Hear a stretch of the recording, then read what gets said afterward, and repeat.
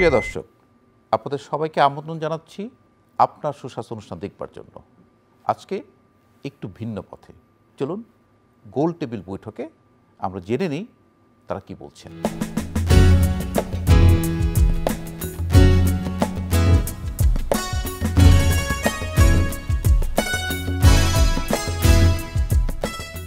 দেশের জন্য যারা নিজেদের প্রাণ উৎসর্গ করেছেন সকল শহীদের প্রতি শ্রদ্ধা, আর ফাল্গুনের শুভেচ্ছা তো আছেই। আমাদের আজকের এই আয়োজন endometriosis adenomyosis society of Bangladesh, obstetrical and gynaecological society of Bangladesh এবং আমরা আরও একসাথে কাজ করছি চ্যানেল আই এবং কালের কণ্ঠ, এবং আমাদের এটা স্পন্সর করেছেন ইনসেপ্টা ফার্মাসিউটিক্যালস। সকলকে আমি সাদর আমন্ত্রণ এবং অভিনন্দন জানাচ্ছি আজকের এই অনুষ্ঠানে অংশগ্রহণ করার জন্য। এন্ডোমেট্রিওসিস অ্যাডেনোমায়োসিস সোসাইটি এর জন্ম হয়েছে 2020 সালে। তারপর থেকে আমরা 2020 থেকে এবং আমরা তারপর থেকে অনেক কাজ করেছি। বিশেষ করে কয়েকটা কাজ উল্লেখযোগ্য, তার মধ্যে দুটো ইন্টারন্যাশনাল কনফারেন্স করেছি, কয়েকটা ওয়ার্কশপ করেছি এবং আমরা কিছু রিসার্চ ওয়ার্ক, 3টা রিসার্চ ওয়ার্ক করেছি। প্রথম রিসার্চ ওয়ার্কটা আমাদের ছিল অ্যাডোলেসেন্টদের যে এন্ডোমেট্রিওসিস হয় সেই রিস্ক ফ্যাক্টর বের করার জন্য, এবং স্কুলে প্রোগ্রামটা ছিল। তার পরবর্তীতে যে রিসার্চ ওয়ার্কটা আমরা করেছি সেটা হলো এন্ডোবার্ডেন, মানে এন্ডোমেট্রিওসিসের বার্ডেন আমাদের হাসপাতালগুলোতে কতটা, সেইটা একটা নির্ণয় করার জন্য সারা বাংলাদেশে একটা আমরা রিসার্চ ওয়ার্ক করেছি। সেখানে আমি সকলের অবগতির জন্য বলবো, যদিও সারা পৃথিবীতে বলা হয় প্রতি 10 জনের মধ্যে একজন এই এন্ডোমেট্রিওসিসের শিকার, আর পৃথিবীব্যাপী এটা দেখা গেছে 200 মিলিয়ন অ্যাডোলেসেন্ট এবং আমাদের মহিলারা এই রোগে ভুগে থাকেন। আর আমরা রাউন্ড টেবিল কনফারেন্স আজকে আমাদের করার উদ্দেশ্য হলো মার্চ মাসটা এন্ডোমেট্রিওসিস অ্যাওয়ারনেস মাস, সেই জন্য আমরা ওটাকে বলি এন্ডো মার্চ। সেইটার প্রাক্কালে আজকের এই আয়োজন, এই গোল টেবিল বৈঠক। এখানে আমি একটু বলতে চাই যে এন্ডোমেট্রিওসিসটা তাহলে আমরা বুঝবো কি করে যে এন্ডোমেট্রিওসিস হয়েছে।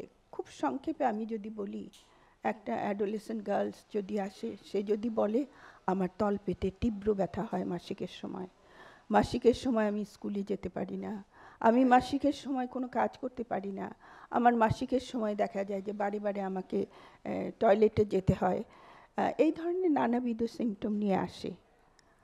কিন্তু সবচেয়ে দুঃখজনক বিষয় হলো, যেহেতু এটা মাসিকের সাথে সম্পর্কযুক্ত, সবাই লজ্জায় ভয়ে কিন্তু ডাক্তারের কাছে আসতে চায় না।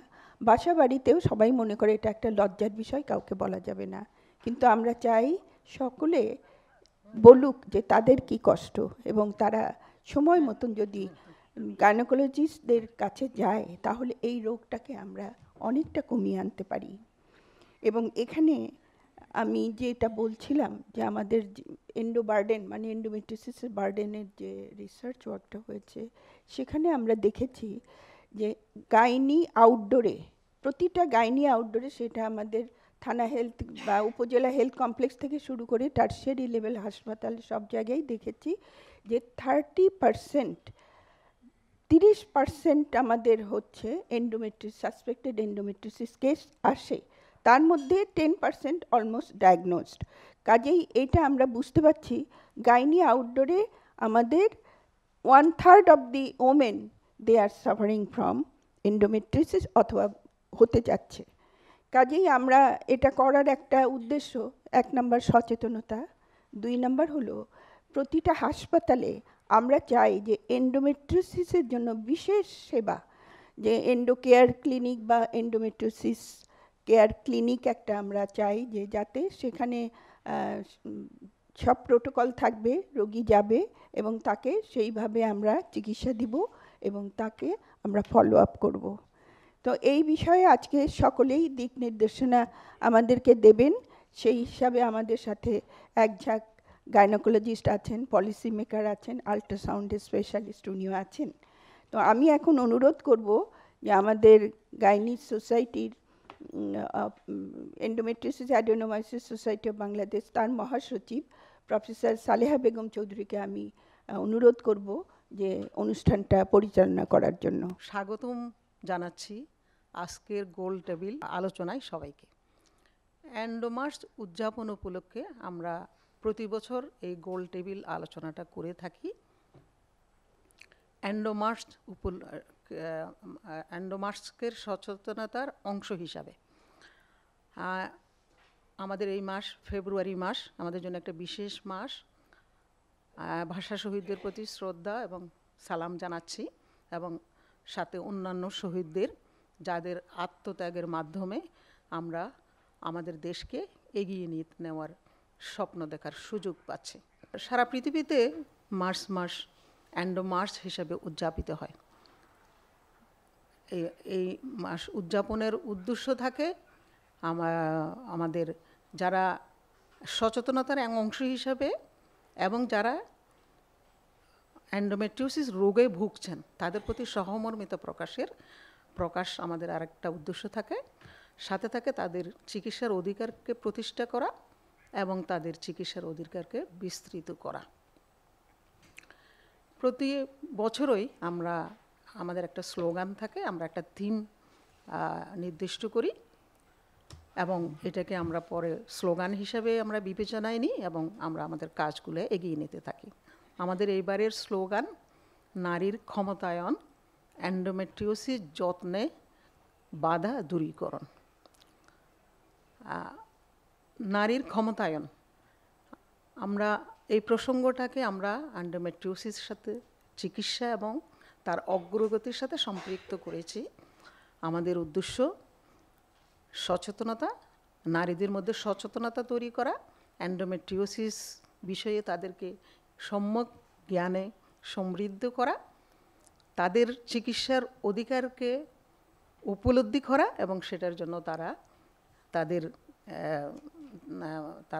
তারা দাবি করা এবং তাদের আমরা সাপোর্ট বলবো, এবং একই সাথে এই বিষয়ে রিসার্চ করে যেন আমরা এন্ডোমেট্রিওসিসের কারণগুলো বের করতে পারি সেই বিষয়ে আমাদেরকে অগ্রসর হওয়া। আমি এই পর্যায়ে ওস্টাটিক অ্যান্ড গাইনোকোলজিক্যাল সোসাইটির প্রেসিডেন্ট প্রফেসর ফারহানা দেওয়ানকে একটু শুভেচ্ছা বক্তব্য দেওয়ার জন্য।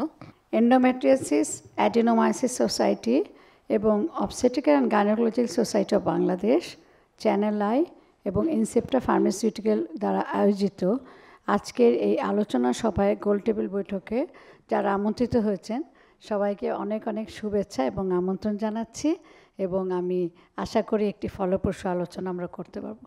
আমি এই পর্যায়ে secretary general professor Salmaruf OGSB, তাকে আমি একটু কিছু বক্তব্য রাখার জন্য অনুরোধ করছি। Endometriosis and adenomyosis society of Bangladesh, সেই সাথে অবস্টেট্রিক্যাল অ্যান্ড গাইনোকোলজিক্যাল সোসাইটি কর্তৃক আয়োজিত এবং ইনসেপ্টা ফার্মাসিউটিক্যাল, চ্যানেল আই ও কালের কণ্ঠ দ্বারা আয়োজিত এই গোল টেবিল আলোচনায় আমি সবাইকে সাদর সম্ভাষণ জানাচ্ছি। এন্ডোমার্চ উপলক্ষে এই আলোচনা সভায় আশা করি আমরা একটা দিক নির্দেশনা দ্বারা করতে পারবো এবং সবার জন্য কিছু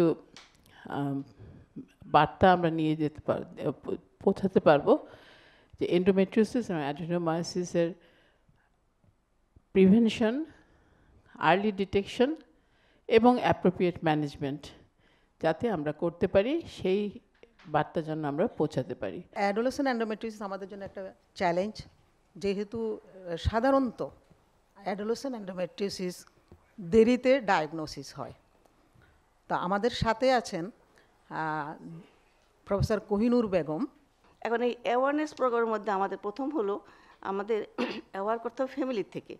ফ্যামিলি অ্যাওয়ারনেস মানে প্রথমে বাবা মা, তারপরে পিয়ার যারা আছে তাদেরকে অ্যাওয়ার করতে হবে যে এই সিমটম হলে তুমি ধরবা যে তার অ্যাডোলেসেন্ট। 2 নম্বর যেটা হলো অ্যাওয়ারনেস করা, সেটা হলো আমাদের মধ্যে কোঅর্ডিনেশন থাকতে হবে। যেরকম বাচ্চা আমার কাছে প্রথম আসে না, মানে গাইনোকোলজিস্টের প্রথম আসে না, আসে পেডিয়াট্রিশিয়ানের কাছে। কাজে পেডিয়াট্রিশিয়ান এবং গাইনোকোলজিস্ট এদের মধ্যে একটা কোঅর্ডিনেশন থাকতে হবে সিমটম ডায়াগনোসিস কনফার্ম করার জন্য, ট্রিটমেন্ট দেওয়ার জন্য। থার্ড হলো আমরা শুধুমাত্র বাবা আমাকে বলতে হবে না, স্কুল একটা ভেরি ইম্পর্ট্যান্ট পার্ট এই অ্যাওয়ারনেসের জন্য। স্কুলে দুইটা জিনিস হতে পারে, একটা হলো কারিকুলাম আছে, রিপ্রোডাক্টিভ হেলথের কারিকুলাম আছে, কিন্তু ওটা ইমপ্লিমেন্ট হয় না, মাস্টাররা পড়ায়, টিচাররা রিল্যাক্টেন্ট টু টিচ, এগুলো রিল্যাক্টেন্ট থাকে, কিন্তু ওখানে যদি আমি টিচাররা একটু তাকে ইনফ্লুয়েন্স করে তাহলে কিন্তু সে অ্যাসেস করতে পারে। এই একটা। আর হলো স্কুল হেলথ প্রোগ্রাম, সব স্কুলে বড় বড় স্কুলে স্কুল হেলথ প্রোগ্রাম আছে, সেইখানকার ডাক্তাররা যদি মোটামুটি একটু ওরিয়েন্ট হয় তাহলে ওদেরকে একটা অ্যাসেসমেন্ট করতে পারে আগে, তো ট্রিটমেন্ট হয়। এবং লাস্ট অফ অল যেটা আমি বলবো সেটা হলো যে সবচেয়ে বড় কথা পাবলিক অ্যাওয়ারনেসের প্রয়োজন। পাবলিক অ্যাওয়ারনেসের প্রয়োজন মানে কি, যে এটা যে কনসিকুয়েন্স এত খারাপ বা এটা আর্লি ডায়াগনোস করলে কি বেনিফিট হবে, সেই জন্য আমাদের পাবলিককে জানাতে হবে যে এটা একটা ডিজিজ প্রসেস এবং ট্রিটমেন্ট আছে, ট্রিটমেন্ট না করলে what may be the complication. কী করে জানাবো? Through the mass media and বিভিন্ন স্কুল, অথবা আমরা যারা প্রফেশনাল, আমাদের কাছে যখন পেশেন্ট আসে তার বাবা মা তাদের আত্মীয় স্বজনকে জানাবো, তারা আবার তাদের কমিউনিটিতে বলবে।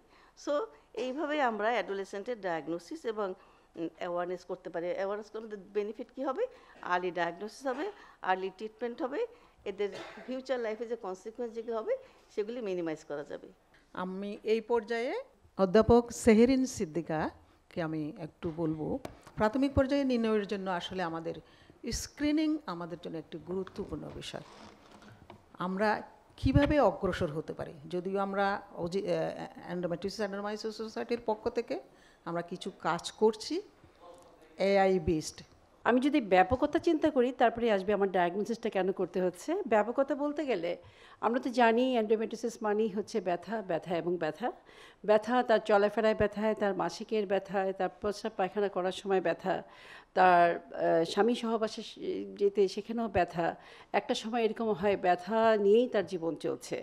এবং আমরা যদি এই ব্যাপকতা দেখি যে ডায়াগনোসিসটা যেটা ম্যাডাম জানিয়েছেন যে ডিলে, এবং সেই ডিলেটা 7 বছর, অন্তত 7টি বছর সময় চলে যায় যখন আমরা ডায়াগনোসিস করতে পারি, এবং যখন ডায়াগনোসিস হলো সেটা কিন্তু অলরেডি অনেক লেট। তার মানে এই বিষয়টা এটাই দাঁড়ালো যে আমরা এই যে ব্যথাটাকে খুব স্বাভাবিকভাবে নেই। মেয়েদের ব্যথা হচ্ছে আমরা ধরেই নেই মাসিক মানে তো ব্যথা হবেই, ব্যথার একটা ওষুধ খেয়ে ফেলি। এবং যখন ডাক্তারের কাছে আসলো, ডাক্তার হয়তো একটা আলট্রাসোনোগ্রাফি করতে দিলেন, এবং সেই আলট্রাসোনোগ্রাফি করে দেখা গেল যে তার অনেক বড় একটা সিস্ট হয়ে গেছে, এবং এই সিস্টের ব্যাপকতা হিসাবে যেটা হলো সেই মেয়েটি হয়তো তার সন্তান সম্ভাবনাটা হতে পারছে না, সে কিন্তু ইনফার্টিলিটি পেশেন্ট অলরেডি হয়ে গেছে। সুতরাং আমার কাছে মনে হয় যে অবশ্যই যেটা আমরা এন্ডোমেট্রিওসিস সোসাইটি থেকে যে জিনিসটা করা হচ্ছে একটা স্ক্রিনিংয়ের মাধ্যমে, স্ক্রিনিংটা আসলে স্ক্রিনিং মানেই হলো যে একটা সাধারণ পপুলেশন থেকে আমরা বের করে নিয়ে আসবো যে কারা ডিজিজটা হতে পারে বা হয়েছে। এন্ডোমেট্রিওসিসের ডায়াগনোসিসটা কিন্তু খুব সহজ নয়। যেরকম আমি যদি বলি যে আলট্রাসোনোগ্রাফিতে যখন রিপোর্ট আসবে তখন খুব আর্লি স্টেজে কিন্তু এটা আলট্রাসোনোগ্রাফি ডায়াগনোসিস করা যায় না। আবার আমরা যদি মনে করি যে laparoscopy is the gold standard, laparoscopy আমরা সব মেয়েদেরকে যাদেরই পেটে ব্যথা হবে ল্যাপারোস্কোপি করবো, সেটাও কিন্তু করা সম্ভব নয়। সুতরাং আমরা যদি এই অ্যাওয়ারনেসটা করি, সেটা যেটা বলেছেন যে আমাদের স্কুল অ্যাওয়ারনেস, সেখান থেকে যদি এরকম হয় যাদেরই মাসিকের ব্যথা হবে, আমরা অ্যাপসের মাধ্যমে, অ্যাপসে লেখা আছে যে এই সিমটমগুলি যখন থাকবে তুমি তো অবশ্যই তখন ডাক্তারের কাছে যাবে, এবং ডাক্তার একটা সিম্পল পেলভিক এক্সামিনেশন করেও কিন্তু অনেক সময় বোঝা যায়। যেমন যদি সে বিবাহিত হয় তখন আমরা পেলভিক এক্সামিনেশন করে আমরা ছোটো ছোটো নডিউল কিন্তু হাতে দেখতে পারি, অথবা জ্বরে এটা মুভ করছে না বা টেন্ডারনেস, এটা দেখেও কিন্তু আমরা করতে পারি। আমরা আলট্রাসোনোগ্রাফি করলে যদি আমরা ইভেন যখন সিস্ট হয়ে যায় সেটাও যদি আর্লি চলে আসে, সেই ক্ষেত্রে কিন্তু দেখা যায় তার চিকিৎসাটা অনেকটা সহজ হয়, এবং আমাদের তার ব্যথা নিরাময় করা বা তার যে কথাটা আমি বলেছি যে আলটিমেট যে জিনিসটা হয় যে 30% কেসে কিন্তু সে ইনফার্টিলিটিও হতে পারে। তো আমি প্রফেসর বেগম নাসরিনের কাছে যাচ্ছি। লেবেল অ্যাপ্রোচ নামে আমরা কিছু প্রতিরোধের নির্দেশনা আছে। বেগম নাসরিন, আপনি এটাকে কিভাবে দেখছেন? এটার 4টে স্টেজ আছে, স্টেজ 1, 2, 3, 4, এবং এটা গ্র্যাজুয়ালি এটা প্রোগ্রেস করে, এবং এটার সাথে সাথে পেশেন্টের যে লক্ষণগুলো থাকে রোগের সেগুলোও কিন্তু বাড়তে থাকে। তো এটা যে প্রাইমারি প্রিভেনশন, এটা কোনো এমন কোনো রোগ না যেটার কোনো টিকা আছে যে টিকা দিয়ে প্রিভেনশন করা যায়। তবে এইটা যেটা হলো যে যদি আমরা আর্লি ডায়াগনোসিস করতে পারি তাহলে, এবং এটা যদি চিকিৎসাটা আমরা আর্লি শুরু করতে পারি, সেখানে তার প্রোগ্রেসটাকে আমরা হল্ট করতে পারি। এটা একটা ইম্পর্টেন্ট বিষয়। তো এখানে আমরা জানি, আমরা এর অ্যাকচুয়াল কজ জানি না, অনেকগুলো থিওরি আছে, তবে এটার সাথে কতগুলো রিস্ক ফ্যাক্টর আছে যেগুলো এই ডিজিজটার প্রোগ্রেশনটাকে বাড়িয়ে দেয়। তার মধ্যে হচ্ছে একটা ইস্ট্রোজেন হরমোন, যে এটা মেইলি হরমোন, সেটা এই ডিজিজটার প্রোগ্রেশনের জন্য মেইনলি দায়ী। এবং যেমন কিছু খাদ্য অভ্যাস যেটা আমাকে পরিহার করতে হবে সেটা হলো যে রেড মিট, তারপরে আপনার গ্লুটেন কন্টেনিং ফুড, তারপরে হচ্ছে যে স্যাচুরেটেড ফ্যাটি অ্যাসিড, মানে অ্যানিম্যাল ফ্যাটটাকে আমরা অ্যাভয়েড করতে হবে। আর যেগুলা মানে যে এটা প্রোগ্রেসটা এটার জন্য ভালো সেটা হলো যে 3 ওমেগা ফ্যাটি অ্যাসিড, এটা ট্যাবলেট হিসেবে পাওয়া যায়। তা পলিআনস্যাচুরেটেড ফ্যাটি অ্যাসিড এবং ফাইবার কন্টেনিং ফুড, এই ফুডের সাথে একটু রিলেশন আছে। আর আমি একটা যেটা বলতে চাই যে আমাদের জীবনযাত্রা অনেক উন্নত হয়েছে। আমাদের এটা যেটা বলছে যে যাদের লেট ম্যারেজ, আমরা ডিসকারেজ করব আর্লি ম্যারেজ, তেমনি লেট ম্যারেজ এটা অনেকের হয়তো বিভিন্ন কারণে হয়ে থাকে, ক্যারিয়ার, তারপরে চাকরি বাকরি, আবার অনেক সময় দেখা যায় যে চাইলেও বিয়ে শাদী হচ্ছে না, এরকম একটা হয়। লেট ম্যারেজ একটু যত দেরিতে মানুষের রিপ্রোডাক্টিভ এজের দিকে যায়, এটা কিন্তু প্রোগ্রেশন তত বেশি হতে থাকে। এটা প্রেগনেন্সি অ্যান্ড ল্যাকটেশন, এটা বলছে এটাকে প্রিভেন্ট করে। যদি কেউ বিয়ে করলো, তার জেনুইন যদি কোনো বাধা না থাকে, তাহলে প্রেগনেন্সি একটা যদি নিয়ে নেয়, তারপরে সে আবার ক্যারিয়ারের কথা চিন্তা করলে এটাকে ইম্পর্টেন্ট। এবং অনেকে প্রেগনেন্সি নিলেও ব্রেস্ট ফিডিং করাতে চায় না, ব্রেস্ট ফিডিং কিন্তু এটাকে প্রিভেন্ট করে। আসলে আমরা বাল্যবিবাহকে প্রতিরোধ করব, এটাই আমরা করে আসছি, এই বিষয়ে আমরা বলে আসছি দীর্ঘদিন ধরে। তবে আমরা যদি দেখা যায় যদি কোনো বাধা না থাকে অথবা কোনো বিশেষ বিষয় না থাকে, তবে 30 বছরের মধ্যে একটা বাচ্চা যদি নেওয়া যায়, তাহলে এই ক্ষেত্রে হয়তো আমরা এন্ডোমেট্রিওসিসকে কিছুটা হলেও প্রতিরোধ করতে পারবো। ডেফিনিটিভ সার্জারি এন্ডোমেট্রিওসিস রোগীকে মোটামুটি একটা কিউর পর্যায়ে নিয়ে যেতে পারে। তবে এন্ডোমেট্রিওসিস সার্জারি একটা জটিল বিষয় এবং এটাতে কমপ্লিকেশন হওয়ার অনেক রিস্ক থাকে।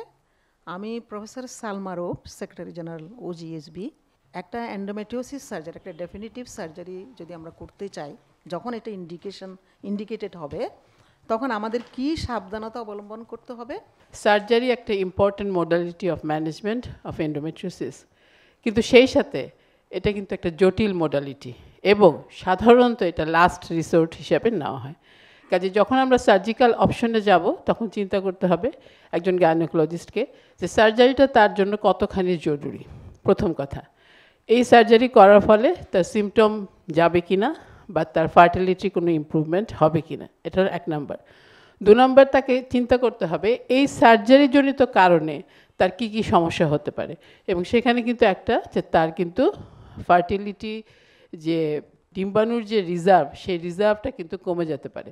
কাজে সেই ব্যাপারে কিন্তু কনসার্ন থাকতে হবে যে সার্জারি হয়তো তার সিমটম ইমপ্রুভ করছে, কিন্তু সেই একই সাথে তার কিন্তু বদ্ধান্তের যে সমস্যা সেটা কিন্তু আরও বাড়িয়ে দিতে পারে।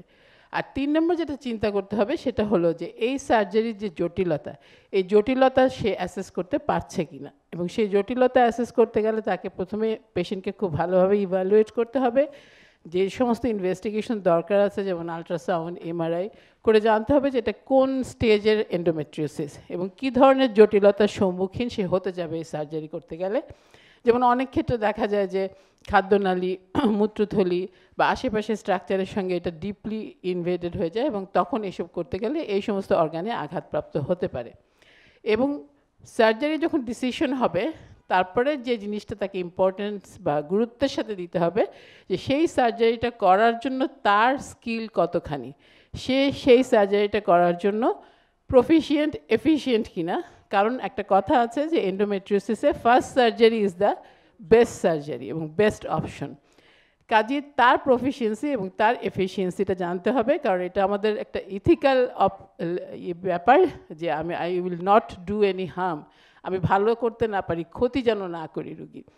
কাজে সেটা তাকে বুঝতে হবে এবং রুগীকে ভালোভাবে কাউন্সেলিং করতে হবে যে এই সার্জারিটা তার জন্য কেন প্রয়োজন এবং এই সার্জারি করার কারণে তার কী উপকার হবে এবং সেই সাথে সে কী জটিলতার সম্মুখীন হবে। এবং আমি বলবো অ্যাজ এ জেনারেল ওবিজিওয়ান স্পেশালিস্ট আমার মনে হয় যে ব্যক্তিগতভাবে যে এন্ডোমেট্রিওসিস সার্জারি আসলেই একটা জটিল সার্জারি, এবং এই সার্জারিতে যারা এক্সপার্ট তাদের কাছেই এই রুগীকে রেফার করে দেওয়া উচিত, কারণ এখানে ল্যাপারোস্কোপিক সার্জারিটাই প্রথমে অপশন হিসেবে কাজ করে, এবং ল্যাপারোস্কোপি শুধু না, অ্যাডভান্স ল্যাপারোস্কোপি সার্জারিতে যারা দক্ষ তারাই এ ধরনের পেশেন্ট হ্যান্ডেল করা উচিত, যেখানে সেখানে অপারেশন না করে। আমি এখন আমাদের ওজিএসবির প্রেসিডেন্ট প্রফেসর ফারহানা দেওয়ানের কাছে যাচ্ছি। আমরা কিন্তু এতক্ষণ যে আলোচনাগুলো শুনেছি সেখানে আমরা সচেতনতার গুরুত্ব সম্বন্ধে জেনেছি, আমরা জেনেছি আর্লি ডায়াগনোসিসের গুরুত্ব, এবং আমরা এটাও জেনেছি চিকিৎসার গুরুত্ব। সেই চিকিৎসা কিন্তু মেডিকেল চিকিৎসা যদিও খুব বেশি আলোচনায় আসে নাই, কিছুটা আমাদের প্রেসিডেন্ট ইএসবির প্রেসিডেন্ট উনি প্রথমেই বলেছেন যে মেডিকেল চিকিৎসাটা কী দেওয়া উচিত, এবং সার্জারির সম্বন্ধে আপনারা শুনেছেন। যেটা হয় সেটা হচ্ছে যে আর্লি ডায়াগনোসিসের গুরুত্ব অনেক বেশি। তাহলে আর্লি ডায়াগনোসিস নিয়ে এগুলোর অনেক ডায়াগনোসিসটা কিছুটা ডিলে হয়, সেটাও কিন্তু প্রফেসর কোহিনুর বেগম বলেছেন। তাহলে আমরা কি করতে পারি? আমাদের কিন্তু অনেক ফেলোরা, ওনারা পোস্ট গ্রাজুয়েশন করে ওনারা স্পেশালিস্ট আছেন, সারা দেশে ছড়িয়ে আছেন। তো ওনাদেরকে আমরা কীভাবে সচেতন করতে পারি, ওনাদেরকে সচেতন করতে পারি রুগীদের সচেতন করার জন্য, এবং সেখানে মারা ওনাদের ছোট ছোট মেয়েদের নিয়ে আমাদের কাছে যেন তাড়াতাড়ি আসেন, এটার জন্য আমরা কিছু প্রোগ্রাম করতে পারি। আমরা ইন্ডিভিজুয়াল লেভেলেও করতে পারি, এবং আমরা বড়োভাবে আমরা সেমিনারের মাধ্যমে করতে পারি, যেগুলো দিয়ে আমরা তাদেরকে সচেতন করতে পারি। এখন আজকাল কিন্তু ওয়েবিনারের অনেক সুযোগ আছে, সারা দেশে সবাইকে না ডেকে আমরা ওয়েবিনারের মাধ্যমেও কিন্তু আমরা করতে পারি, কারণ অনেকগুলা দিবস আছে, দিবস ছাড়াও এন্ডোমেট্রিওসিস নিয়ে আলোচনা করা যাবে না তা নয়, তাহলে সেটার মাধ্যমে করা যায়, এবং একটা স্ট্রাকচারডভাবে আগাতে হবে। আমরা যদি একটা প্রেজেন্টেশন রেডি করি, যেমন আমরা সেভ মাদারহুড ডে আছে আমাদের, এরকম সময় কিন্তু আমরা একটা প্রেজেন্টেশন নিয়ে সারা দেশে সবাইকে বলতে বলি, সেরকম করে যদি আমরা একটা প্রেজেন্টেশন রেডি করি, খুব ছোট্ট আকারে হবে সেটা। ম্যাডাম যেভাবে প্রফেসর সামিনা চৌধুরী যেটা বলছেন, এই কথাগুলো কিন্তু বেসিক কথা। আমি প্রফেসর ফাতেমা রহমান পিঙ্কি, কীভাবে এন্ডোকেয়ার ক্লিনিক যদি আমরা প্রতিষ্ঠা করতে চাই তাহলে কি পদক্ষেপ নিতে হবে? আসলে এন্ডোমেট্রিওসিস রোগের প্রকোপ এত বেশি, এবং রোগীদের যেই পরিমাণ কষ্ট এবং তার চিকিৎসার ব্যয় এবং চিকিৎসা পরবর্তী তাদের যেই যন্ত্রণাগুলো থাকে, সেটা আসলে মানে এখন সময় এসেছে যে শুরুতেই এন্ডোমেট্রিওসিস আছে কি না এটা নির্ণয় করা, এবং এটার চিকিৎসা প্রয়োজনীয় পরীক্ষা নিরীক্ষা করা, এবং পর্যাপ্ত চিকিৎসা দেওয়া, যাতে রোগীকে জটিলতার সম্মুখীন না হতে হয়। তো সেই জন্য আসলে যেটা গাইনি আউটডোরে আমরা জানি যে বড় মেডিকেলে আমরা সবসময় তো সরকারি মেডিকেল কলেজগুলোতে কাজ করেছি, ঢাকার বাইরে এবং ঢাকা মেডিকেলে, কুমিল্লা মেডিকেলে। তো সেখানে দেখা গেছে যে মহিলা আউটডোরে কিন্তু রোগীর ভিড় অনেক বেশি, এবং সেখানে এটা বাংলাদেশেরই চিত্র, অনেক রোগী এবং তাদের পর্যাপ্ত সময় দেওয়া এবং এন্ডোমেট্রিওসিস রোগ নির্ণয়ের জন্য যেই সব তার ভালো মতো হিস্ট্রি নেওয়া, এগুলো আসলে পসিবল হয়ে ওঠে না। সেই জন্য আমরা সবাই এন্ডোমেট্রিওসিস সোসাইটি, ওজিএসবি এবং আমরা যারা গাইনি অবসেট চিকিৎসা করছি, আমরা সবাই মনে করছি যে আসলে একটা এন্ডোকেয়ার ক্লিনিক থাকাটা অত্যন্ত জরুরি। এবং প্রথমেই যেটা স্ক্রিনিংয়ের কথা বলা হয়েছে, যে আমরা স্ক্রিনিং প্রথমে একটা আমরা কোশ্চেনারের মতন হতে পারে, যে মাসিকের সময় সমস্যা যেটা, এটা মানে তার ব্যথা, অতিরিক্ত রক্ত যেতে পারে, ব্যথা হতে পারে, মেলামেশা করার সময় ব্যথা, এইরকম সমস্যা যাদের থাকবে তাদেরকে, অথবা বন্ধ্যাত্বের জন্য যদি এই ব্যথা এবং তার সাথে বন্ধ্যাত্ব, এই সমস্ত লক্ষণগুলো থাকলে তখন এই জেনারেল আউটডোর থেকে আলাদা করেই তাদের এই এন্ডো কেয়ার ক্লিনিকে আমরা পাঠিয়ে দিতে পারি। এবং সেইখানে আমরা যেটা সবসময় একটা জিনিস মানে খেয়াল রাখতে হবে, যে রোগীদের আসলে অনেক ভোগান্তি হয়। একটা কাউন্টারে হয়তো সে টিকিট নিল, একটা কাউন্টারে তার হিস্ট্রি, তারপর ইনভেস্টিগেশন করার জন্য আরেক জায়গায় যেতে হয়, এবং আলটিমেটলি দেখা যায় যে তার চিকিৎসাটা দীর্ঘান্বিত হয়, অনেক সময় রোগী চিকিৎসা নেয়ও না। ধন্যবাদ। আমি একটু ডক্টর ফারজানা দিবার কাছে যাচ্ছি। বঙ্গবন্ধু মেডিকেল ইউনিভার্সিটিতে আমি আইআই আউটডোরে আমরা গিয়েছিলাম একটা রিসার্চ নিয়ে। আমরা দেখেছি যে ওখানে একটা এন্ডোকেয়ার ক্লিনিক চালু আছে। কিভাবে চালু রেখেছেন এবং এটাতে আপনার কোনো প্রোটোকল ফলো করেন কিনা? ক্লিনিকটা রান করতে তো অসুবিধা হচ্ছেই না, বরঞ্চ আমাদের সপ্তাহে আমরা 2 দিন এন্ডোমেট্রিওসিসের রোগী দেখি। প্রথমে একদিন দিয়ে শুরু করেছিলাম, রবিবার শুধু আমরা এন্ডোমেট্রিওসিসের রোগী দেখতাম। এই জিনিসটা এভাবে তৈরি হলো যে যখন আমরা আউটডোর বেসিসে ইনফার্টিলিটি রোগীগুলো আসলো অথবা তাদেরকে আমরা বলে রাখতাম যেসব রোগী এন্ডোমেট্রিওসিস ডায়াগনোসিস হতো তাদের ক্ষেত্রে তারা যেন রোববারে আসে স্পেসিফিক্যালি। তো একটা পর্যায়ে এরকম হলো যে রোববারে এন্ডোমেট্রিওসিসের রোগী দেখা হয়, কাজী ওই স্পেশাল আউটডোরে আমরা 2টো আউটডোর পাশাপাশি রান করাতাম। একটা হচ্ছে নর্মাল ইনফার্টিলিটি আউটডোর, আর কি একটা হচ্ছে এন্ডোমেট্রিওসিস আউটডোর, রোববার এবং এখন রোববার মঙ্গলবার 2 দিন চলে। যেটা হয় যে ইনফার্টিলিটিতে যারা আছে তার মধ্যে থেকে আমরা এন্ডোমেট্রিওসিসের রোগীগুলোকে আলাদা করে আপনার ওই ক্লিনিকে রেফার করে দেই, স্পেশাল ক্লিনিকে।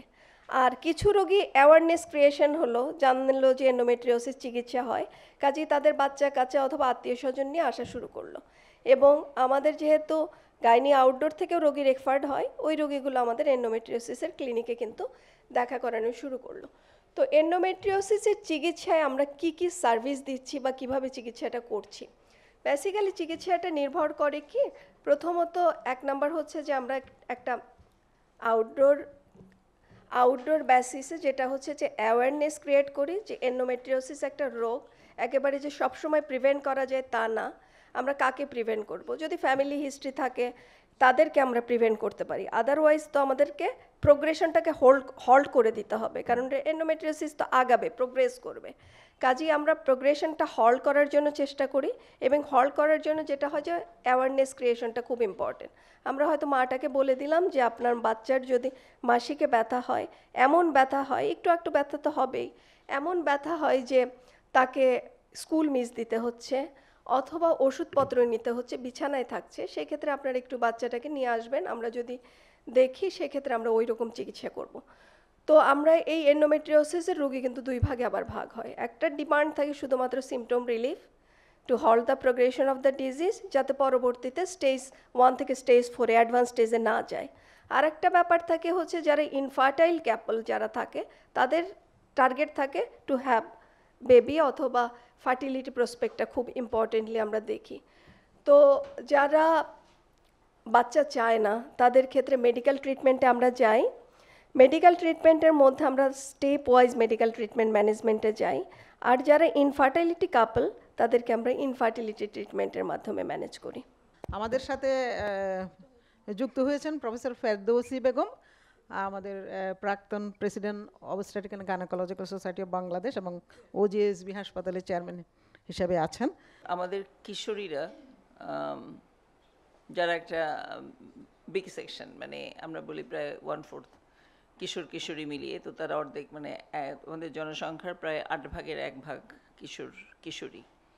সুতরাং একটা গুরুত্বপূর্ণ পপুলেশন এবং এরাই দেশের ভবিষ্যতের নাগরিক এবং দেশ গড়বে। এবং আমরা জানি যে এই সময়টাতে তারা বিশেষ ভূমিকা রেখেছে আমাদের দেশের ক্রান্তির লগ্নে। এদেরকে ভালো রাখা আমাদের দায়িত্ব। ক্ষমতায়ন কথাটা অনেক ব্যাপক।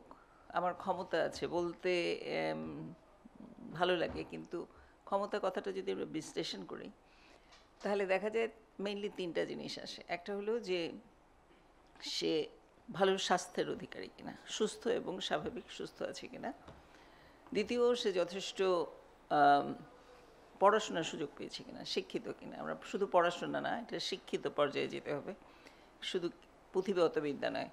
3 নাম্বার হচ্ছে যে সে সম্পত্তির অধিকারী কিনা, কারণ সেটাই কিন্তু ক্ষমতা, আলটিমেটলি ক্ষমতা। এবং ফাইনালি সেটা হচ্ছে এই যে জিনিসগুলো, তার স্বাস্থ্য, শিক্ষা, অর্থনৈতিক এবং অন্যান্য যে ক্ষমতাই থাকুক, সেটা সে নিজে প্রয়োগ করতে পারে কিনা। ক্ষমতা কিন্তু সেইখানে। আমার অনেক কিছু আছে, আমি অনেক কিছু পারি, কিন্তু আমি ওইখানটায় দুর্বল, যে আমি এটা ইমপ্লিমেন্ট করতে পারি না। কেউ একটু কিছু বললে তার এগেনস্টে আমি শক্ত হয়ে দাঁড়াতে পারি না, কিংবা নিজের মতামতটা জোরালোভাবে প্রকাশ করতে পারি না। সবগুলো মিলিয়ে ক্ষমতা করে। এখন আমরা যদি কিশোরীদের কথা চিন্তা করি যে আমাদের কিশোরীদের ক্ষেত্রে কি করব, তো এটা পরিবার থেকে আসে এবং আমাদের সবাইকে ব্যাপারে সতর্ক থাকতে হয় প্রথম থেকে, যেন তাদের এই কাজগুলো কোথাও ব্যাঘাত না হয়। তারা যথাযথ পুষ্টি পায়, খেলাধুলার সুযোগ পায় এবং পড়াশোনার সুযোগ পায়। সেজন্য তাকে আগাগোড়া উৎসাহিত করতে হবে এবং সঙ্গে তাকে যেটা করে যেতে হবে পাশাপাশি সেটা হলো যে তোমাকে কিন্তু আলটিমেটলি সম্পত্তির ধারী হতে হবে। সেই সম্পত্তি নানাভাবে হতে পারে, যেমন আমি ভালো চাকরি করি কিংবা আমি একটা কোনো ব্যবসা করি, যে কোনোভাবে আমার একটা অর্থনৈতিক সচ্ছলতা থাকতে হবে। এবং ফাইনালি যেখানেই আমি যাই না কেন আমার ব্যাপারটা যেন আমি বুঝিয়ে বলতে পারি এবং সেটা কার্যকরভাবে উঠিয়ে নিয়ে আসতে পারি। এই জিনিসগুলো আমাদেরকে কিশোরীকে বোঝাতে হবে। আমরা একটু আমাদের সনোলজিস্ট ডক্টর চৈতির কাছে যাচ্ছি। আসলে এন্ডোমেট্রিওসিস ডায়াগনোসিস এতদিন পর্যন্ত ল্যাপারোস্কোপি গোল্ড স্ট্যান্ডার্ড ছিল, কিন্তু আলট্রাসোনোগ্রাফি অলমোস্ট আমরা মনে করি যে এটাকে রিপ্লেস করেছে এবং একটা ভালো সোনোগ্রাফি বা একটা ট্রান্সভাজানাল সোনোগ্রাফি এন্ডোমেট্রিওসিস ডায়াগনোসিস, বিশেষ করে আমরা যদি বলি ওভারিয়ান এন্ডোমেট্রিওসিস ডায়াগনোসিসে অনেক বেশি সক্ষম, অনেক বেশি অ্যাকিউরেসি আনতে পারে। আমরা ঢাকা মেডিকেলে এন্ডোমেট্রিওসিসের প্রচুর পেশেন্ট পেয়ে থাকি। এখন এন্ডোমেট্রিওসিস ডায়াগনোসিসের জন্য ইমেজিংয়ে আমাদের অনেকগুলো মডালিটি আছে, যেমন যেটা আমরা আমরা অ্যাবডোমিনাল আল্ট্রাসাউন্ড করে থাকি, ট্রান্সভ্যাজাইনাল আল্ট্রাসাউন্ড করে থাকি, এমআরআই করে থাকি। কিন্তু যেসব পরীক্ষা পদ্ধতি আছে তার মধ্যে ট্রান্সভ্যাজাইনাল আল্ট্রাসাউন্ড যেটাকে আমরা টিভিএস বলি, এটা একটি গুরুত্বপূর্ণ পরীক্ষা পদ্ধতি।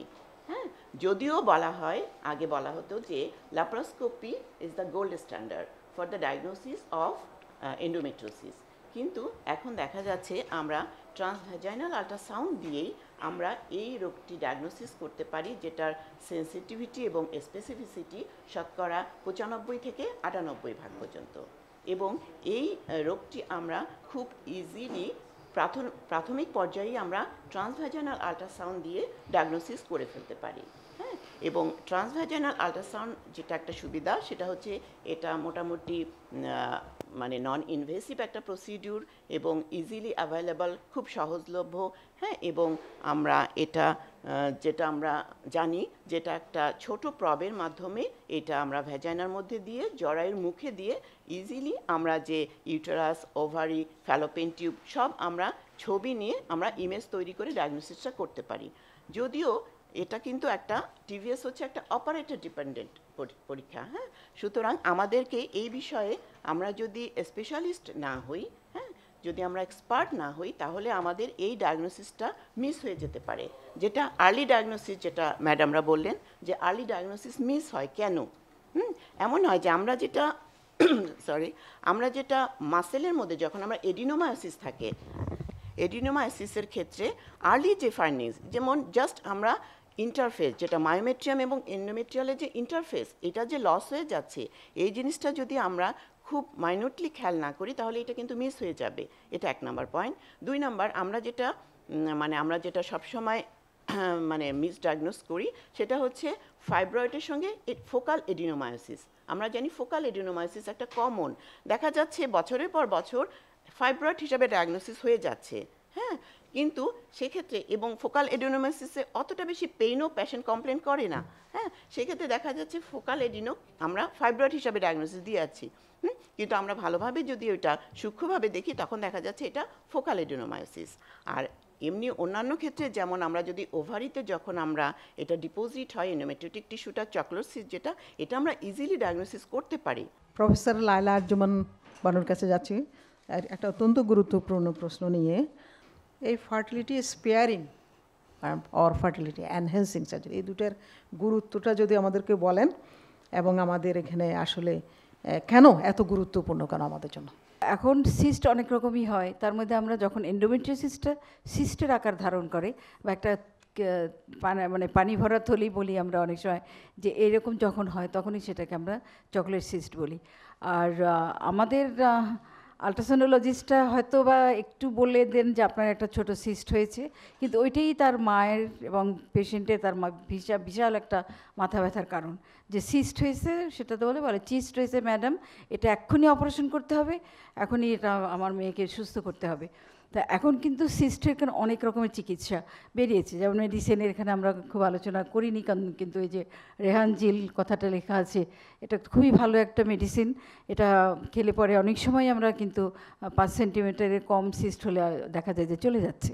তো কাজে আমরা কখন করব মানে অস্ত্রোপচার শুনলে মানে তারা কেন জানি না, অন্যান্য অপারেশনে ভয় পায় কিন্তু সিস্ট অপারেশনে ভয় পায় না, নিজেরাই দৌড়ে আসে কিশোরী মেয়েরা যে আমার অপারেশন করে দেন। এবং সত্যি কথা বলতে কি তাদের মধ্যে আমি কোনো ভীতি দেখি না।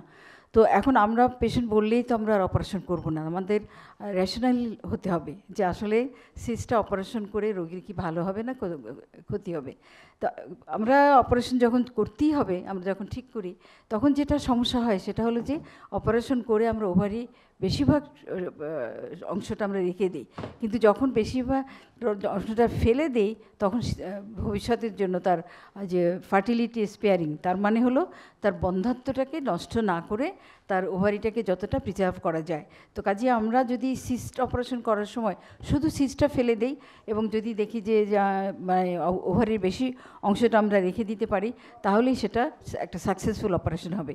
সেছাড়াও এখন তো আধুনিক যুগে অনেক কিছু হয়, যেমন এখন ফার্টিলিটি প্রিজার্ভেশনে আমরা এখন ক্রায়ো সার্জারি, মানে খুব ঠান্ডার মধ্যে আমরা ওভাম রেখে দিতে পারি, যেটা ভবিষ্যতে তার যদি কোনো ক্যান্সার বা কোনো কিছু হয় তখন সেটা আমরা ব্যবহার করতে পারি।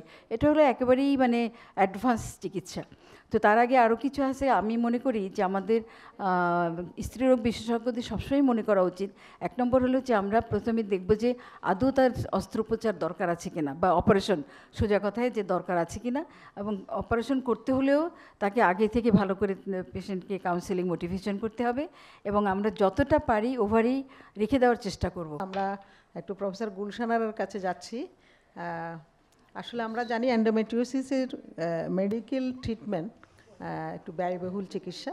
মেডিকেল ট্রিটমেন্ট আসলে এন্ডোমেট্রিওসিসের বেলায় ফার্স্ট লাইন অফ ট্রিটমেন্ট, আর অ্যাডোলেসেন্ট এন্ডোমেট্রিওসিসের বেলায় আরও হচ্ছে প্রথম ফার্স্ট লাইন ট্রিটমেন্ট। তো এইখানে মেডিকেল ট্রিটমেন্টের মধ্যে সবচেয়ে যেটা কমন ইউজ হয় সেটা হচ্ছে এনএসআইডি। তো এইটার সমস্যা যেটা, সেগুলোকে আমাদেরকে চিন্তা করে রেশনেল করতে হবে। তো এটা আসলে অনেক সেফ ড্রাগ, কিন্তু বারবার খেতে হয়, সেটা একটা সমস্যা হয়। আর দেখা যায় যে এটা প্রায়ই হচ্ছে মানে মিস করে ফেলে, ডোজ মিস করে ফেলে। তারপরে যখন এটা সিভিয়ার এন্ডোমেট্রিওসিস এটা হয়, তখন দেখা যায় যে শুধু এনএসআইডি কাজ করে না, সাথে এডিশনাল আরও হচ্ছে ট্রিটমেন্ট লাগে। আর এটার যে সাইড ইফেক্টটা অ্যাসিডিটিকে অনেক বাড়িয়ে দেয়, সেই অ্যাসিডিটির ওষুধও খাইতে হয়। এজন্য দেখা যায় যে এর কিছু মানে ড্রব্যাকস আছে এই ওষুধটাকে ব্যবহার করতে। তারপরে আরও যে সমস্ত মেডিসিন থাকে, যে ওরাল কন্ট্রাসেপটিভ পিল, এটাও অ্যাডোলেসেন্টের বেলায় এইটাকে নিয়ে দেখা তাদের একটা নেগেটিভ অ্যাটিটিউড থাকে, শুধু পেশেন্টের না, ফ্যামিলিরও নেগেটিভ অ্যাটিটিউড থাকে। এবং এটা দীর্ঘমেয়াদী যে সমস্যাটা তারা চিন্তা করে, ইন ফিউচার ইনফার্টাইল হয়ে যাবে কিনা সেটা নিয়ে চিন্তা করে। তো এই ব্যাপারে আসলে অনেক কাউন্সেলিংয়ের প্রয়োজন হয়। আর হচ্ছে জিএনআরএইচ অ্যানালগ, জিএনআরএইচ অ্যান্টাগনিস্ট যেগুলো হচ্ছে ব্যবহার করা হয়, এটা নিয়ে তার যে ড্রব্যাকসগুলো আছে সেগুলোকে চিন্তা করতে হয়। তো এটা যেতেও অ্যাডাল্ট যারা, তাদের ক্ষেত্রে দেখা যায় যে সমস্যাগুলো কম হয়, কিন্তু অ্যাডোলেসেন্টের বেলায় কিন্তু এগুলো মানে অনেক বড় সমস্যা করতে পারে, অস্টিওপোরোসিস করতে পারে, তারপরে অ্যাডব্যাক থেরাপি লাগতে পারে, সেগুলো চিন্তা করতে হবে। সেজন্য এগুলোকেও যদি আমরা ইউজ করতে চাই তাহলে সেভাবেই কিন্তু আগাতে হবে।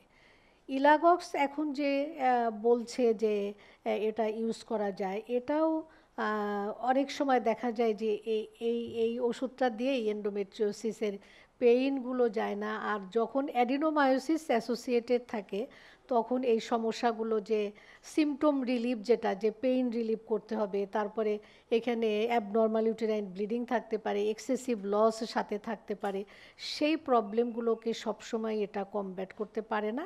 আর এখানেও একটা প্রশ্ন থাকে যে অস্টিওপোরোসিস করবে, তারপরে অ্যাডব্যাক থেরাপি প্রয়োজন হবে, এটা এইগুলো নিয়ে। তো আরেকটা যেটা আমাদের খুবই জরুরি থাকে, যে সার্জারির পরে যে মেডিকেল ট্রিটমেন্টটা, এটা ম্যান্ডেটরি হয়ে যায় কিন্তু যখন অ্যাডোলেসেন্টের এন্ডোমেট্রিওসিসের অপারেশন করা হয়, যেমন এন্ডোমেট্রিওমা যদি অপারেশন করা হয়, তাহলে কিন্তু আমাদের খুবই খেয়াল করতে হবে যে আমরা যদি ওই সময় মেডিকেল ট্রিটমেন্টটা না দেই তাহলে এটার রিকারেন্সি বেশি হবে, এবং রিকারেন্সির প্রবলেমটার সাথে সাথে বাই দিস টাইম অ্যাডোলেসেন্ট আবার তাদের বাচ্চা নেওয়ার সমস্যাটা সামনে এসে যায়, সেই ইনফার্টাইল হয় এবং বাচ্চা নেওয়াতেও কিন্তু দেখা যায় যে অনেক সমস্যা হয়। আমি আসলে প্রফেসর সাবেরা খাতুন আমাদের সাথে আছেন, অনকোলজিস্ট। আমি আপনার কাছে জানতে চাই যে আসলে ক্যান্সারের ঝুঁকি কতটুকু এবং পেশেন্টদেরকে আপনি কিভাবে আশ্বস্ত করবেন, অথবা হেলথ কেয়ার প্রোভাইডারদের জন্য আপনার কোনো ইনস্ট্রাকশন আছে কিনা? গবেষণায় দেখা গেছে যে ক্যান্সারের সঙ্গে কিছু মিল আছে এন্ডোমেট্রিওসিস রোগটার। প্রথম মিল যেটা, যেমন এন্ডোমেট্রিওসিস শরীরে যে কোনো জায়গায় হইতে পারে, যেমন ব্রেনেও হতে পারে, ক্যান্সার যেরকম শরীরের যে কোনো জায়গায় হতে পারে আর কি, এটা একটা মিল। দ্বিতীয় মিল যেটা, সেটা দেখতে পাচ্ছি, দেখা যায় যে চকোলেট সিস্ট, যেটা আপনি বললেন যে চকোলেট সিস্ট হলে সেটা ক্যান্সারের ঝুঁকি কীরকম, কিংবা এটার সাথে কীভাবে করা যায়। ওভারিতে একটা সিস্ট, বড় একটা সিস্ট হওয়া মানে চকলেট সিস্ট, সেরকম ওভারিতে যদি ক্যান্সার হয় সেখানেও কিন্তু একটা এরকম একটা সিস্ট দেখা দেয়। তো এখন এটা চকলেট সিস্টটা ক্যান্সার কিনা সেটা আমাদেরকে অবশ্যই এটা বের করতে হয়, মানে ক্যান্সার না এটা আশ্বাস দিতে হয় রুগীকে।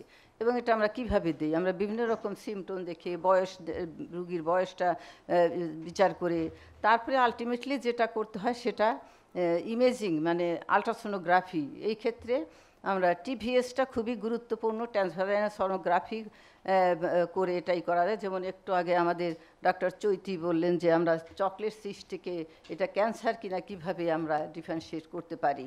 তো এটা একটা খুবই গুরুত্বপূর্ণ বিষয়। আমরা আলট্রাসোনোগ্রাফি করে, এবং একটা মার্কার আছে যেমন C125, যদি ইপিথেলিয়াল ওভারিয়ান ক্যান্সার হয় সেক্ষেত্রে মার্কারটা অনেক বেশি বেড়ে যায়, যদিও এন্ডোমেট্রিওসিসের চকলেট সিস্টেও কিন্তু C125 বেড়ে যায়।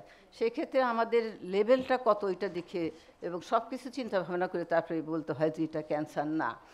তারপর আর একটা যেটা মিল পাই সেটা হচ্ছে, যদি হিস্টোপ্যাথোলজি আমরা বিচার করি সেক্ষেত্রে দেখা যায় যে এন্ডোমেট্রিওসিস এবং ওভারিয়াতে এন্ডোমেট্রিয়াল ওভারিয়ান ক্যান্সার হয়, endometrioid type ovarian cancer, endometrioid type endometrial cancer, এইটার সঙ্গে কিন্তু চকোলেট সিস্টের একটা হিস্টোপ্যাথোলজিক্যালি মিল খুঁজে পাওয়া যায়। তো যাই হোক, কিছুটা মিল তো অবশ্যই আছে, তবে যে ক্যান্সার হয়েছে সেটা বলতে গেলে অনেক কিছু বিচার বিবেচনা করতে হয়। তো বিভিন্ন রকম গবেষণায় দেখা গিয়েছে যে এন্ডোমেট্রিওসিস এবং ওভারিয়ান ক্যান্সার সহ অবস্থান আমরা বলি, দ্যাট ইজ কোএক্সিস্টেন্ট থাকতে পারে, খুব কম। তবে কিছু কিছু, যেমন 0.5 থেকে 0.7 থেকে 0.5% এন্ডোমেট্রিওসিস চকলেট সিস্ট কিন্তু ক্যান্সারে রূপান্তরিত হতে পারে, এটা গবেষণায় দেখা গেছে আর কি।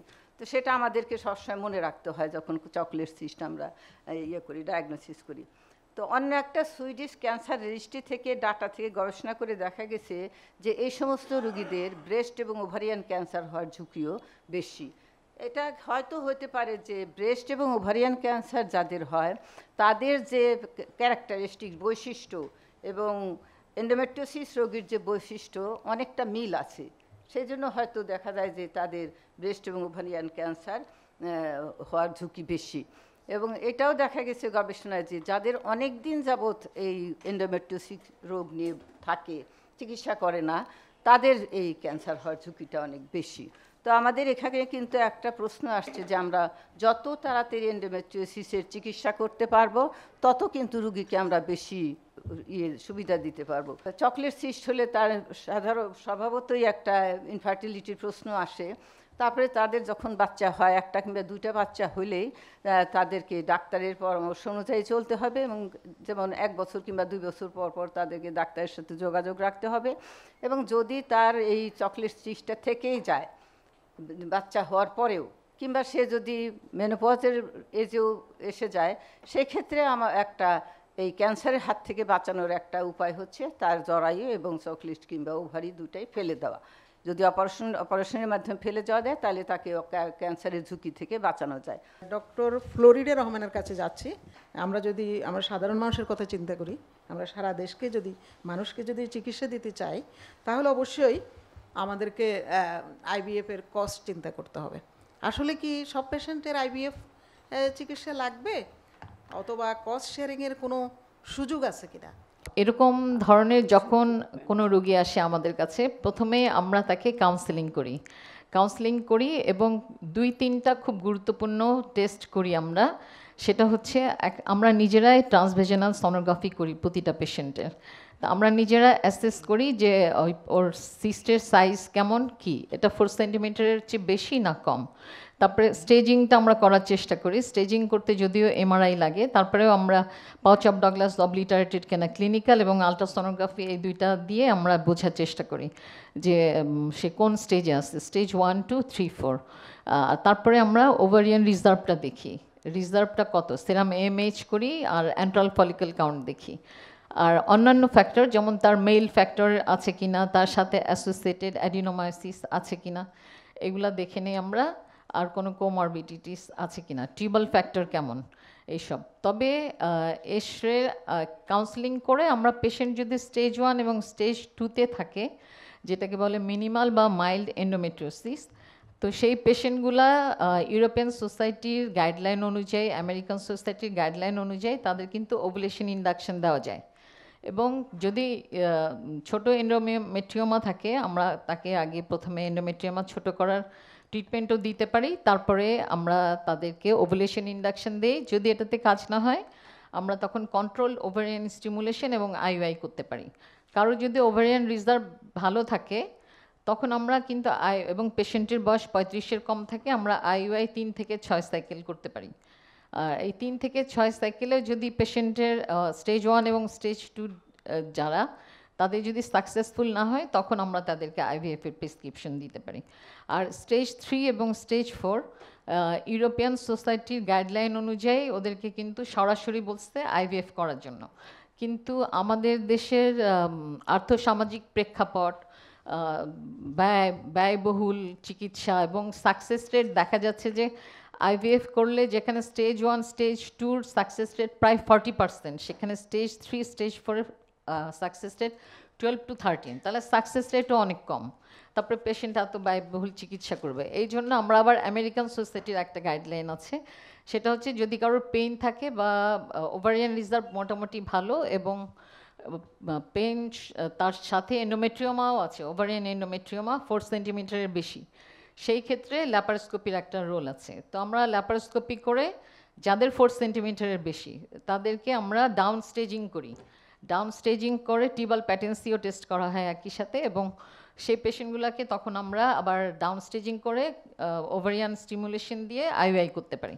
হ্যাঁ, ধন্যবাদ। আমরা এখন একটু প্রফেসর নুরুন নাহারের কাছে আছি। নুরুন নাহার খানম, বঙ্গবন্ধু মেডিকেল ইউনিভার্সিটিতে আপনি অধ্যাপক হিসেবে আছেন।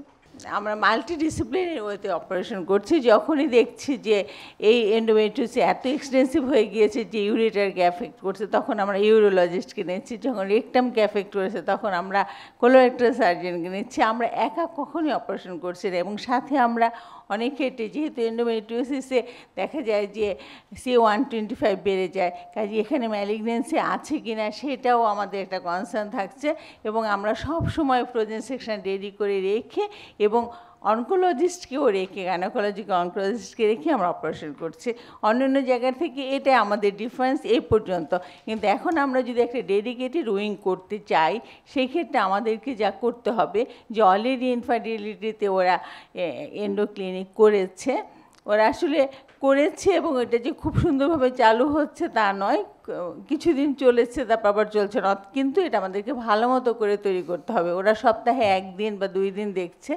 আমরা এখন এন্ডোকেয়ার ক্লিনিক যদি করতে চাই বা এসে আউটডোরে, তাহলে আমাদেরকে 7 দিনেই করতে হবে, 6 দিন করতে হবে সপ্তাহে, এবং এটা একটা ডিফারেন্ট আউটডোরের একটা আলাদা একটা রুম থাকতে হবে, আলাদা সেন্টার হতে হবে, এবং ওইখানে সেভাবে আমাদেরকে পারমিশন নিয়ে সব কিছু করে শুরু করতে হবে, এবং আমাদেরকে ওইখানে স্ক্রিনিং আউট করতে হবে যে এর মধ্যে কোন রোগীগুলি ইনফার্টিলিটি এবং কোন রোগীগুলো ইনফার্টিলিটির হলেও আগে তাদের ল্যাপারোস্কোপি দরকার অথবা মেডিকেল ট্রিটমেন্ট দরকার, তারপরে তারা ইনফার্টিলিটিতে যাবে, তখন তাদেরকে আমরা আগে ট্রিটমেন্ট করে তারপরে ইনফার্টিলিটিতে রেফার করব।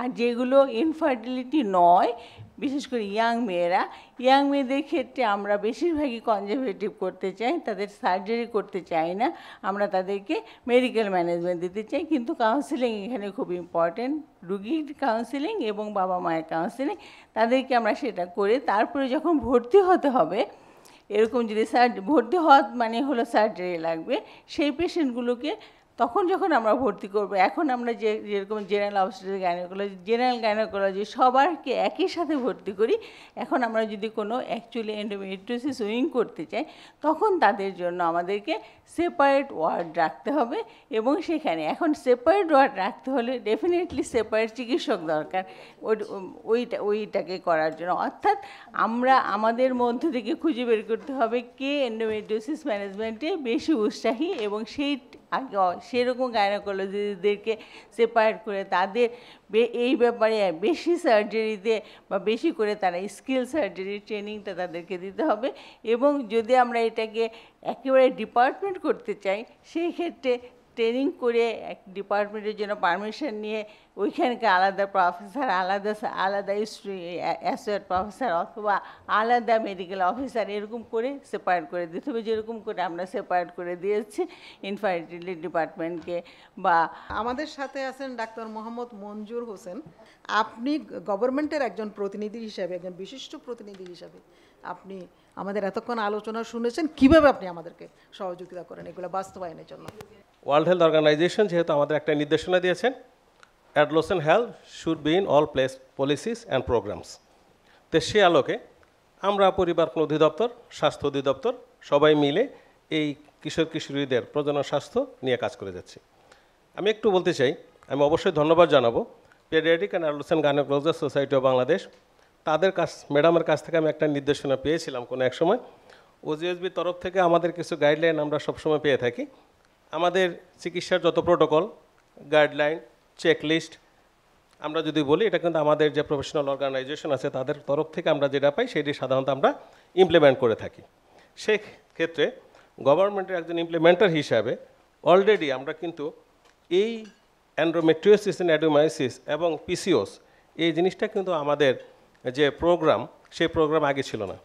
তো ম্যাডাম এখানে আছেন, আমরা সবাই জানেন যে আমাদের যে স্ট্র্যাটেজিটা আমরা আসলে ডেভেলপ করেছিলাম কিশোর কিশোরীদের প্রজনন স্বাস্থ্য উন্নয়নে, সেখানে কিন্তু আমাদের যে একটা ট্রেনিং মডিউল ছিল, সেই মডিউলে কিন্তু আসলে এই 3টা বিষয় ছিল না।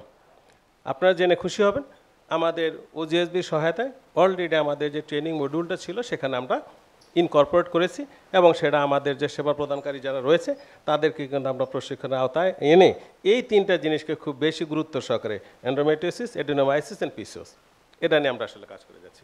এখন প্রশ্ন আসছে ক্ষমতায়ন আসলে একার পক্ষে সম্ভবপর না। এটা আমরা অবশ্যই বলবো, চ্যারিটি বিগিনস ফ্রম হোম। আমি যদি আমার সমাজকে, আমি যদি আমার মেয়েকে ক্ষমতায়ন করতে চাই, আমার বাড়ি থেকেই শুরু করতে হবে। সেই ক্ষেত্রে আমাদের ফেরদৌসী ম্যাডাম যথার্থই বলেছেন, এডুকেশন, এনগেজমেন্ট অ্যান্ড এম্পাওয়ারমেন্ট পরে আসে। আমি আমাদের সভাপতির বক্তব্য নেওয়ার আগে আর কি, আমাদের সাথে আছেন ইনসেপ্টা ফার্মাসিউটিক্যালসের ডাক্তার সাইদ আছেন, যিনি আমাদের এই অনুষ্ঠানকে কোঅর্ডিনেট করেছেন। শুধু চিকিৎসা নয়, যদি আমরা সচেতনতা তৈরি করতে না পারি, তাহলে এই চিকিৎসা বা এই আলোচনা বা এই পরিশ্রমের কোনোটাই হয়তো অর্থবহ হবে না। কিন্তু যদি মাঠ পর্যায় থেকে অথবা স্কুল কলেজ থেকে আমরা সচেতনতা তৈরি করে, সেটা হোক পাঠ্য বইয়ের মাধ্যমে, সেটা হোক টিচারদের মাধ্যমে, সেটা হোক কোনো গভর্নমেন্টের কোনো সাহায্যের মাধ্যমে যদি সচেতনতা তৈরি করতে পারি, তাহলে আর্লি স্টেজে জিনিসটাকে আমরা ক্যাপচার করতে পারবো, এবং সেক্ষেত্রেই ট্রিটমেন্টটা অর্থবহ হবে, বা সেটা হয়তো সার্জারি পর্যন্ত নাও লাগতে পারে। তো আমাদের ইনসেপ্টার পক্ষ থেকে এটুকুই বলার রয়েছে যে সমস্ত মেডিসিন বা যে ধরনের সাহায্য সহযোগিতা বর্তমানে বাংলাদেশে রয়েছে, খুব স্বল্প মূল্যে বাজারে যে ওষুধগুলো পাওয়া যাচ্ছে, ইনসেপ্টা তার মধ্যে অন্যতম। এবং মাঠ পর্যায় থেকে শুরু করে শহরে যেভাবেই হোক যে কোনো ধরনের সচেতনতা তৈরি করার জন্য বা চিকিৎসা সংক্রান্ত কোনো কাজে যদি ইনসেপ্টা আপনাদের কোনো কাজে লাগে তাহলে আমরা সেটা করতে উৎসাহী।